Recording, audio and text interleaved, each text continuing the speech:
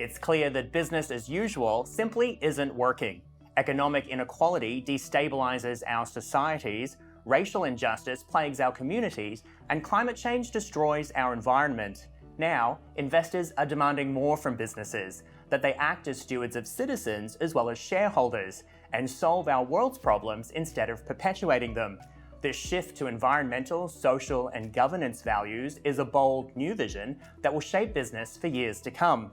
And Bill Thomas and his team at KPMG are helping corporate leaders embrace the change. It's quite the shift, Bill. We've heard a lot about the growing importance of ESG considerations in business. Why do you believe we're at the point where ESG values truly matter to business performance? We've seen a lot happening over the past couple of years, and I think that this is a welcome trend. What we're seeing is organizations saying, my clients expect it, society more broadly expects it, the regulatory world is moving towards this, my people are demanding it, and so we have to recognize that business in a post-pandemic world has an incredibly important role to play in helping build a more sustainable society. And the truth of the matter is that's what every single one of their stakeholders wants them to do. More and more businesses are going to be measured on a lot more than profitability.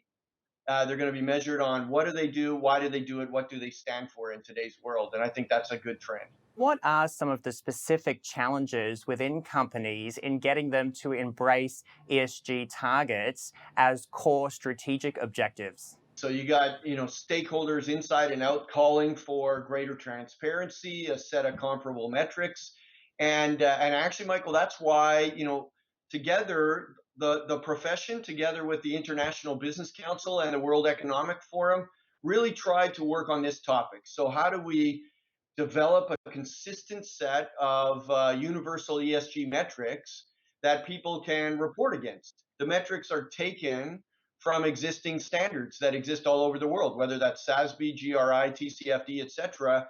What we tried to do was create market momentum by saying, okay, focused on things like governance, people, purpose, and planet, there's a set that we can get started on and create some momentum. Because I think the issue now is there's all sorts of metrics out there. They're all over the map, and organizations really don't know which ones are being used, which ones are useful, which ones aren't. So identifying a consistent set, I think, is a really important journey. But if you have metrics all over the place, different industries, different experiences, different sort of expectations, a lot of it's aspirational rather than tangible and attainable, then what you've got is effectively a lack of consistency. And if you think about stakeholders today and the whole conversation we're having, they want progress. They don't necessarily need perfection.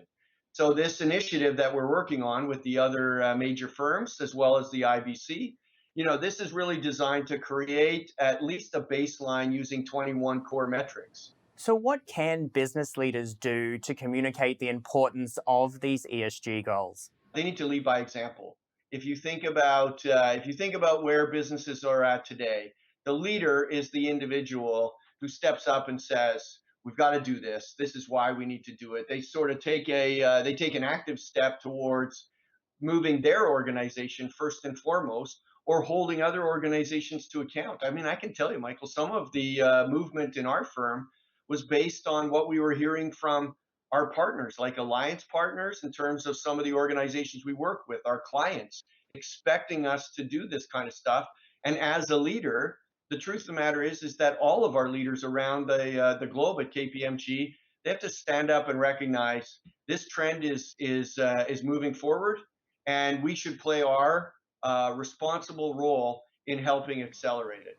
How would achieving these goals strengthen our capital markets specifically? Well, I think it's incredibly important to the capital markets going forward. If you think about where investors' mindsets are today, if you think about the expectations that people have around, are you building a long-term sustainable organization? These metrics are critical because if you don't have comparability, if you don't have consistency, if you don't have the ability to compare the business plans and the execution of those business plans in two similar companies, then it's really hard for the investor community to know sort of what's valid and what's not. And if you think about it, the analogy is go back 80, 100 years before we had financial information. We had financial accounting standards. We had auditing standards. It was pretty much a free for all for every organization, but the standards developed consistency, accountability, verifiability, and that allowed people to make decisions. So, what are some of the technologies and tools available to more accurately measure value creation and wealth? Well, I think technology is going to play a huge role here, and we've seen it. Think about the data that has become essential in tracking COVID, for example, and then the technology that's being used to measure that. As you've got organizations that sort of develop AI and other digital technologies in the front side of their business, it's going to be able to help us in predictive analytics that allow us to sort of deal with some of the things that we're talking about, whether that's carbon footprint, soil and land management as a couple of examples. Never mind, think about education and predicting the skills development that we need to achieve some of the people metrics. I think digitization, digital technologies, they are going to provide the transparency that people are looking for and provide the businesses that are trying to subscribe to a much deeper ESG agenda. I think with the tools necessary to do it in a way that's affordable and makes a lot of sense for the future. How much consideration should business leaders give to the values of their customers and the general public when crafting their ESG goals?